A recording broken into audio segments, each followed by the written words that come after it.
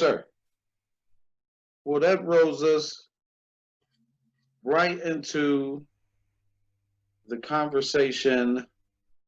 John Miles, if you haven't met, this is my son, Calvin Mann II. And we're getting ready to have a discussion around how to be emotionally in control. Right? Emotional intelligence is something he's really into. And, you know, we're having this discussion because yesterday as well, Dr. Carr touched on how we got to be able to handle our anxiety when we first become um, parents. You know, just like I shared yesterday, I was cuckoo when I found out I was having a kid. But once I found out it was this boy, right? I was through the roof. With that being said, welcome, TooMann. Hello, sir. Hey, I first and foremost, man, I love you. You're a great father. I appreciate all the wisdom and the insurmountable amount of patience that you've given me. So it's a blessing, and I truly, from the bottom of my heart, appreciate it. Can't say it enough. Secondly, thank you for even thinking of having me on here. The consistency and hard work that you put into this, it's worth the praise. So again, I'm humbled and appreciative of you even asking me to hop on this. So I'm excited, and I hope to bring you some good stuff. Well, son, I appreciate that. You know, I think I thank you, and I appreciate that. I was told to just say thank you sometime instead of having to continue. Anyway, tell us why emotional intelligence. Why? Because it gets you first. To me, in my opinion, it gets you what you want. I mean, as a man, you want respect. As a man, you want to be looked at as a good leader. In whatever the situation with your lady, business setting, home setting, work setting. So having emotional intelligence, basically being able to control how you feel, is key to that. Okay, so tell the people about you. Give me your backstory. What's up? Backstory: I was a mama's boy.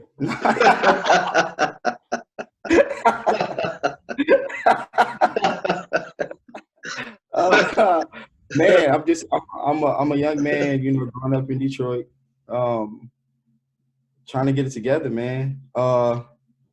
Well, getting it together, through consistency and wisdom, kicking it with my pops has definitely helped me. Again, I was very comfortable in my situation, and now trying to venture to be the man that I, vision for myself. And so that's my journey. That's where I'm at. You can find me at CalvinTooMann. I do vlogs. I have a YouTube channel, again, CalvinTooMann. You just type that in, you'll see I talk about how to deal with women, um, again, with emotions, um, just things, strategies, things that I'm learning. As I learn, I just want to pass it on. So, and it's not to be manipulative necessarily or negative, but just how to deal with women in any setting. Again, your family, your mother, your girl, at work, just basics. Because I know a lot of young men, I guess, in my situation that I learned, I struggle with that, and so it was just interesting. That was such an interesting topic, and I just dove in. And so that's a little bit about me and how I look at stuff. Right. Because with the emotional maturity, as we call it, now Mm-hmm. having emotional maturity, you often say that you don't know what you would have done at 23, becoming a father. What that was like, and what I had went through. But when you become a father, sometimes it's a little too late. Now, what are some of your practices that you use that has helped you, right? Give us three of your practices that you use that has helped you balance your emotional intelligence. Hey, man, you don't look bad looking like me either, though. I just want you to know that.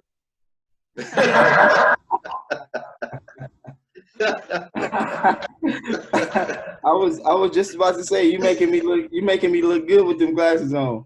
But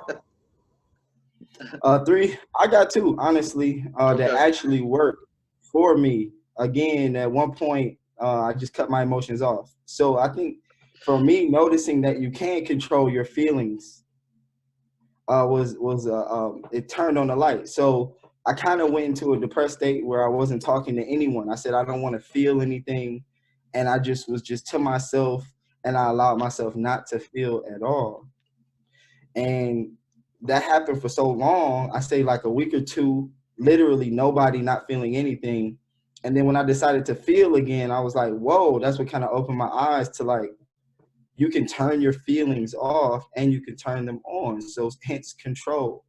And then another thing, meditation, just sitting there, closing your eyes, concentrating on your breath. I like to lay down personally and just letting your mind and your body at ease. When you get out of control or when you feel like you want to get out of control, if you have the habit and you're consistent with meditating, you can go to that sacred place, or you can go to that feeling where your body is calm.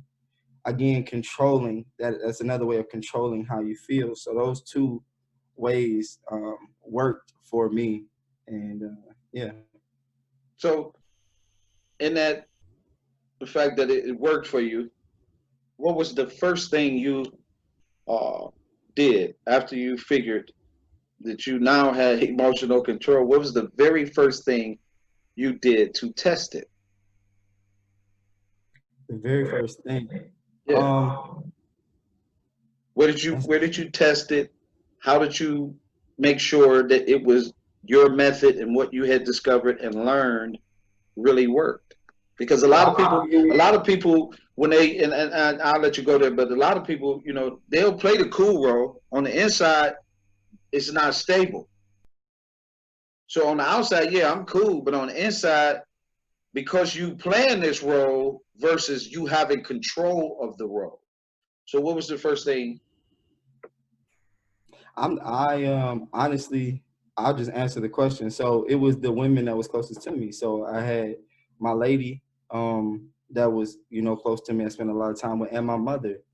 Our relationship was new as far as my lady. Me and my mother's relationship was really old. So um just seeing, being around them, um and seeing how I felt. So I guess as far as testing, if they were getting testy or if they were, out of control, usually I might bark in a sense, or lose control in a sense. And I saw where I could, control myself in those situations by going back to, again, either cutting them off or going to that meditation feeling.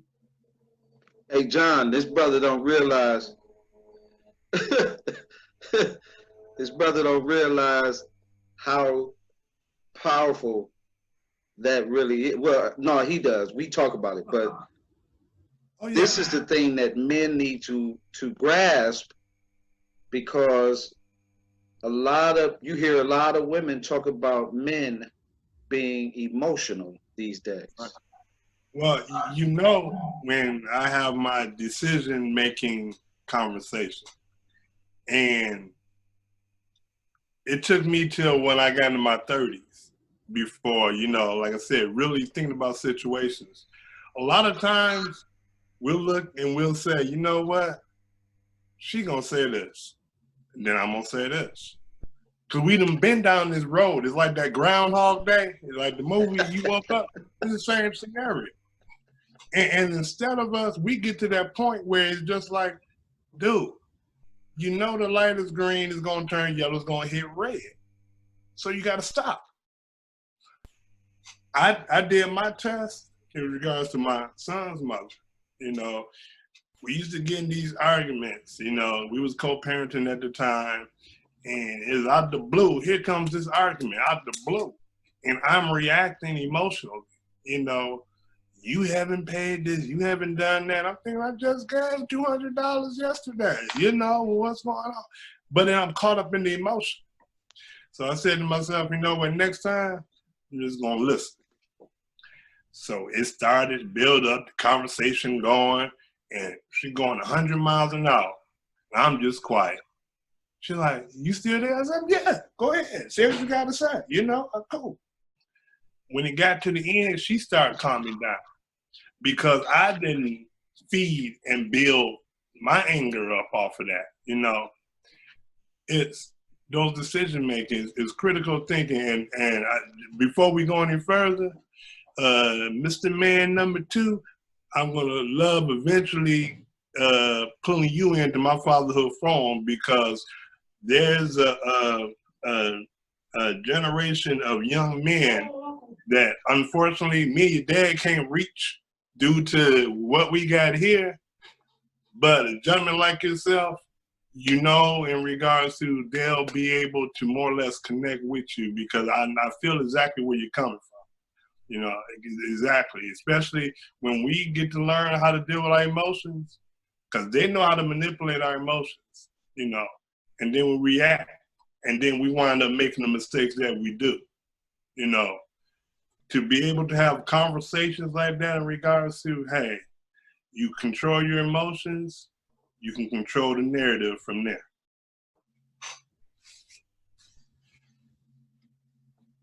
So in that process, too, man, you can look at it. The other thing is, for those who have sons at home, what are okay? We got a question. Is age a factor at being a mama's boy, too, man? Mm-mm. Nah, age is not a factor. You can be 5, you can be 50. Um, I think that deals with the influence that your mother has on your decision making, like you said. Um, that makes you a mother's boy. Her influence. So give us a couple of for the mothers that's watching who have sons at home, and for the mama boys, and some of the people who like we always talk about. We don't, that's your thing, recovering mama's boy, but right for people that don't understand the research that has gone into this, share with them what areas and locations actually use that term. That's the first thing. And then also, what 2 things you think a parent could do to help navigate their son to the next level from leaving their home? Leaving. Wow. Okay. So I like to make things simple. So the Midwest, particularly in Michigan, um, that was the largest through my research that I found. Mama's boys, the word was used. I looked up good guys, nice guys, and mama's boys. Mama's boys, as far as being searched, is very small. Next is nice guys, and the biggest is being a good guy as far as a keyword. So again, Michigan, honestly, which was surprising to me, was the biggest as far as using the keyword mama's boys, and then the next is like the Midwest, but that's the biggest. And then as far as getting someone to leave the house, for a mother who wants their son to leave the house, I think it depends on both individuals. So the mother and the son. The mother needs to focus on herself.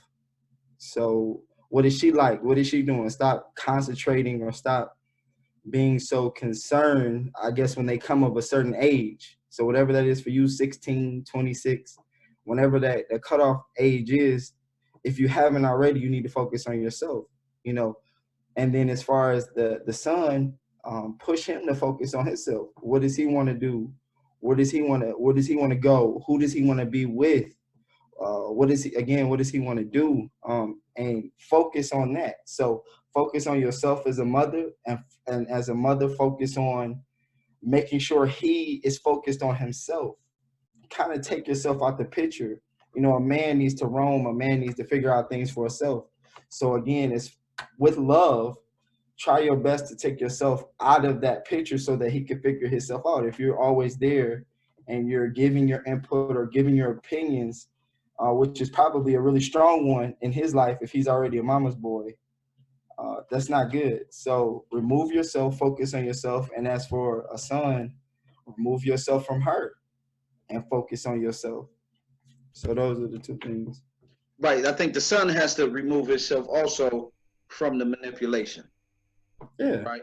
The manipulation. The manipulation with our mothers, boys and mothers, start as early as 2, 3. They automatically. I remember talking to, I think it was my man Kurt. He was like, "Man, Cal, his son 3, right, and already is running a certain amount." I think it was Kurt that was telling me, sharing that with me, about how these boys, we don't understand. Boys start manipulating early, and they get into the habit of manipulating the parent, the softer parent. This is why you need the other parent. Right? This is why kids need both parents, so that male voice is different. He responds different. This is why parents always ask me, well, why when a man talk, right, everything they listen? Because that's the gift God gave us.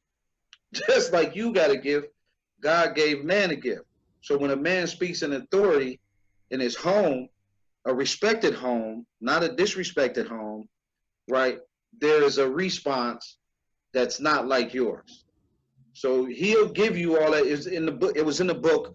Stephen Baskerville wrote a book uh, about the pulling us out of the home, the uh, the the taking of your kid. I forget the title of the book again, and it's a great book. But the process is they studied in this book. They studied how we just took our kids to school, which was different. So when a father takes the child to the school, the father opens the door, the child gets out, walks into school. Father pulls off. The mother takes the child to school. She was walking the mother in to the daycare. So what does the child give the mother in the response that she's looking for? The crying, the whining, right? Because that's what she handles. When the father walks them in, they walk right in, go right into school, completely different. There's not a bunch of whining. Fathers nurture too. This is not to say that the fathers are not walking them into school. It was just the study that was done on how important it is, how important fathers were just in the educational dynamic and taking the kids to school, right? And so I think that manipulation piece is really, really huge. And then we get comfortable with the manipulation as love. So we say, oh, I know my child's love. Your child love you if he's there or not. But if he's there every day, I think we get comfortable in the emotional connection, not realizing that our children need their own lives. You're right. It's train them up in the way they should go is another one. Depart, there are a number of terminologies, number of verses, right? By letting your child go. Even the bird analogy. The bird will push the bird right out the nest. It's time for you to fly.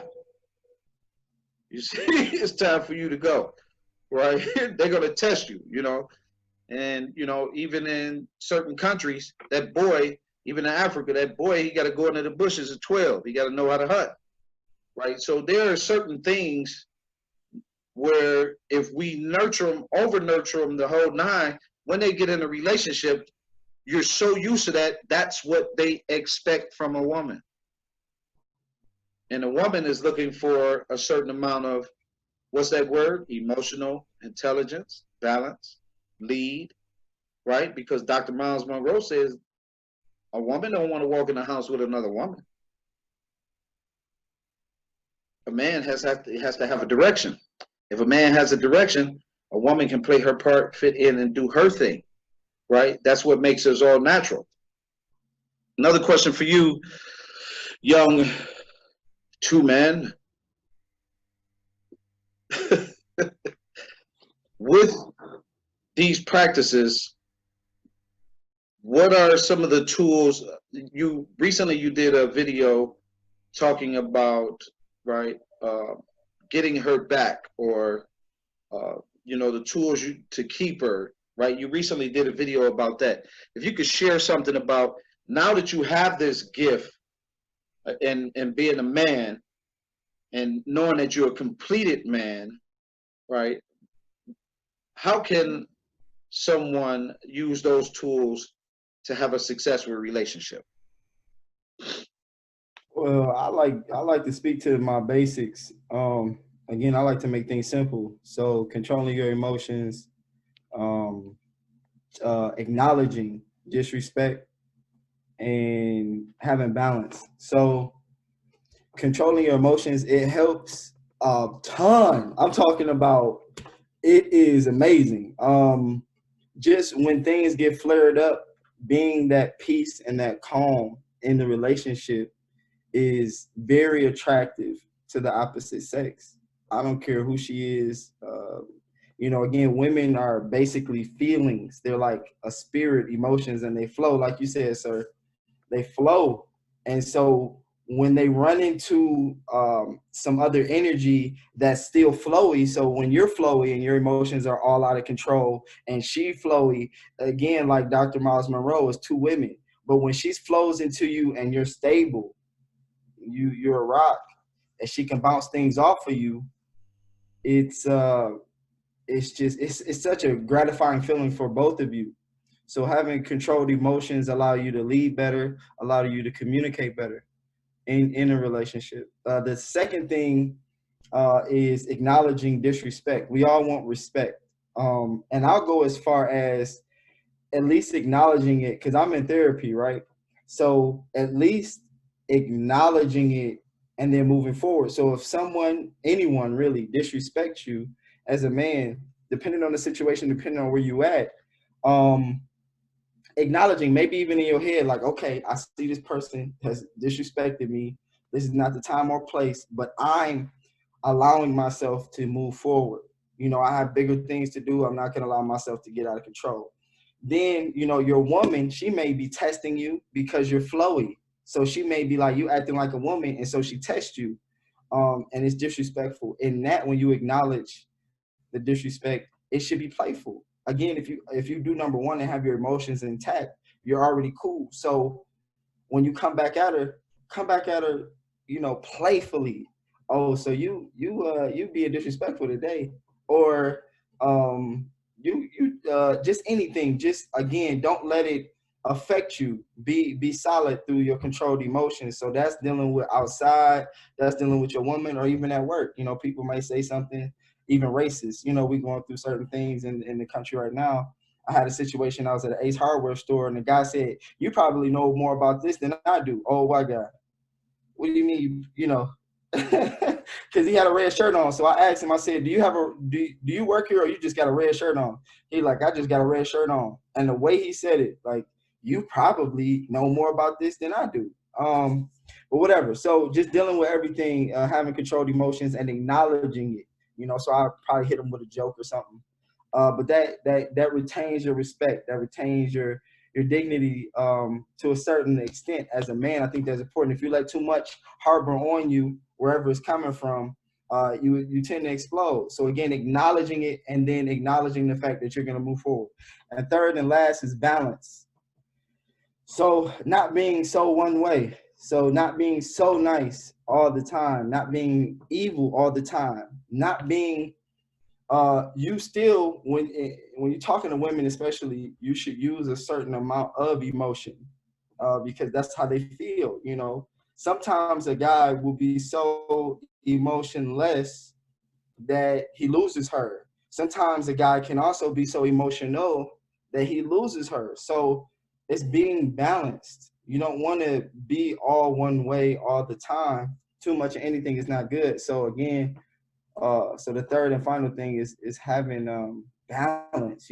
Be a little bad, say something that throws her off, do something crazy, and then at the same time be stable. Because you don't want to be all one thing all the time, and that's pretty much that's it.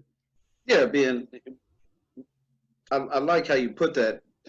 It felt good over here, right?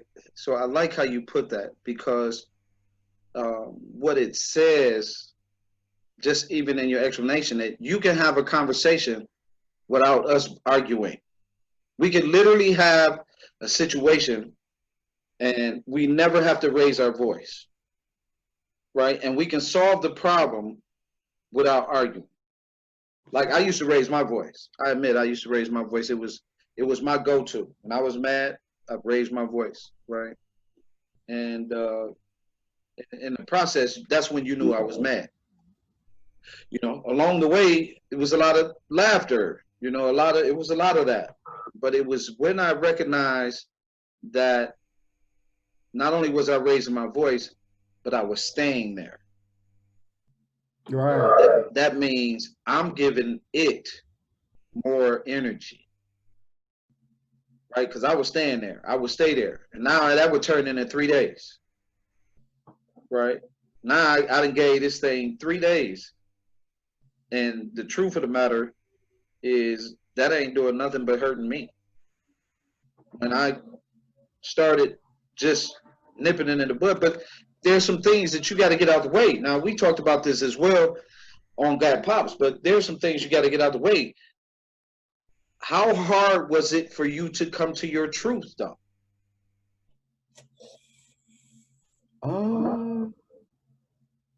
Man, that's an interesting question. How hard was it? It was hard for me. I know it was. I'm not saying it wasn't hard. It Right. seems to me it's like I was oblivious to it. Like I didn't want to acknowledge it at all. But it piled up so much that when I was ready to cut loose, I was all for it. Like I'm ready to figure this stuff out yesterday. So tell me who I am. Tell me what's wrong with me. I want to hear it all because I'm ready to move forward. So when it came to a head, I guess, because I wasn't acknowledging it. I didn't want to hear that about myself. I didn't want to see that part of me where I was depending on my mom's opinions, or I was way too comfortable, or I'm lying to myself so much that I believe it. But again, once it popped, I was like, oh yeah, what else am I? You said I'm a mama's boy. What else? Am I soft? Am I greedy? Am I, let me know so I can fix it. Cause Right. I wasn't soft, by the way. No. No. That ain't in your code. That ain't in your code. That is not in your DNA code. So there's no question. but just getting to that truth, right? A lot of times, John, like we don't like to admit, our truths, right? As fathers, as men, we take on so much.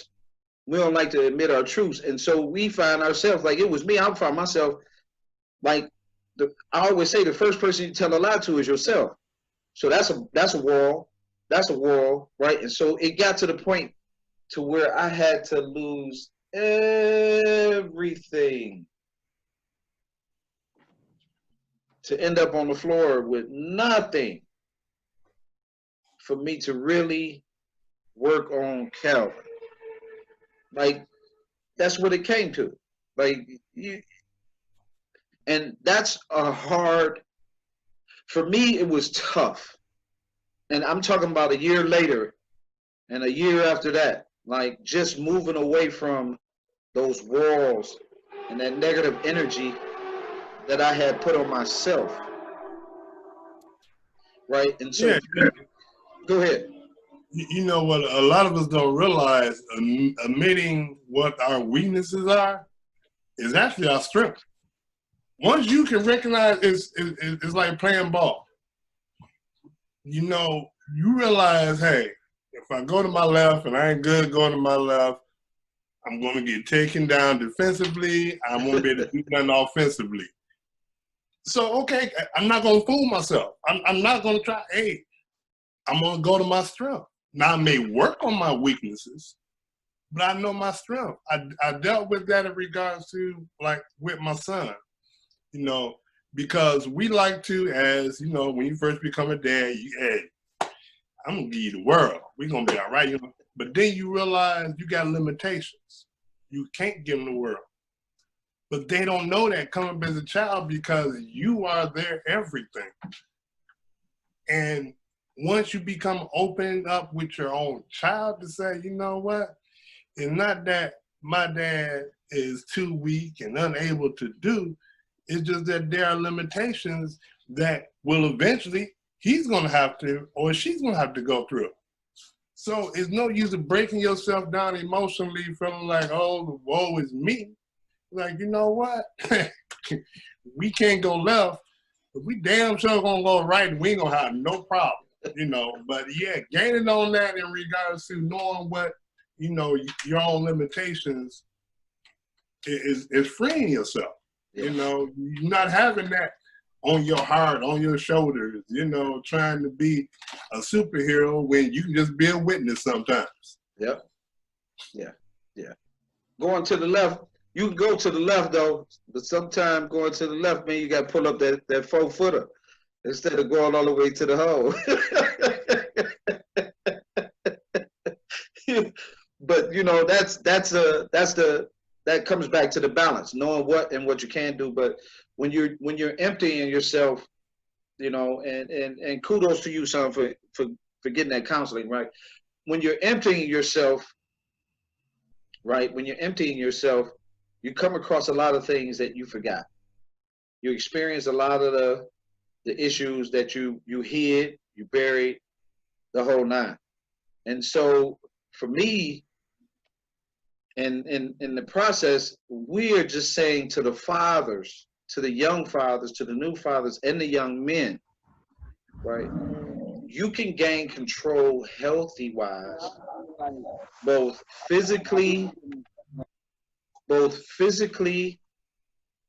spiritually, and mentally, right? But if you depend on, the one thing that I learned is, if you listening to a lot of people tell you what to do, and we find this in the fatherhood game, there's a lot of bad information given to fathers about the child support system, what the child support system will do, you know, the whole nine, right? So they take that information and they run. Some people, I'm just gonna run. I'm not even trying to get no help. They just want my bankroll. I'm gonna go here. And you spend 7, 8, 9 years trying to get away from a system that if you go deal with them up front, right, and you really deal with them up front honestly, you can work through some of the things that you need and get custody of your child and be a healthy and responsible father, right? And there are a lot of resources out there now that wasn't out there even when I first became a father, and I know wasn't out there when my dad was a father. Nothing in the 70s. I don't care what they say.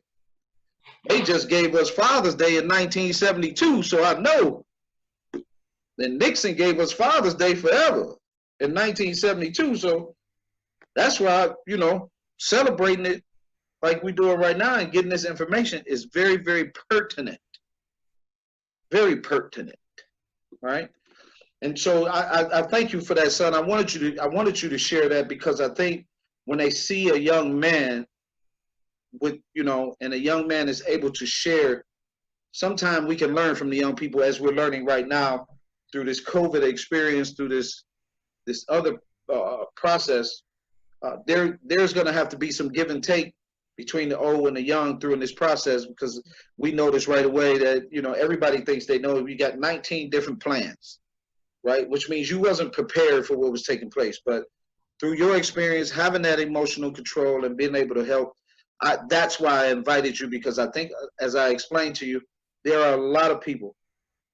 It's what Dave's getting his doctorate, his master in, but there are a lot of people that don't have that information, and I wanted you to share that with the new and the young fathers, for them to understand how important it is to be in control of your environment.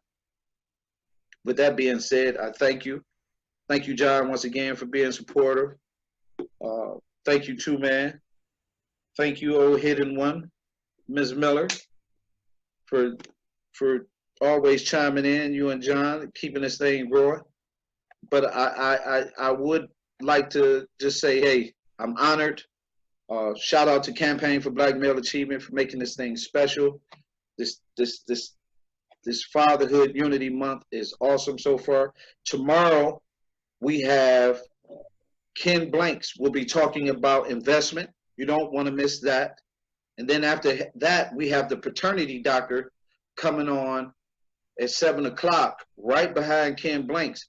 We're talking paternity, fatherhood, paternity. Some of the things that these fathers need to understand and learn and know about DNA testing, understanding how DNA testing works, and getting your actual facts and information about that, because sometimes we're in homes raising somebody else's kid based on DNA.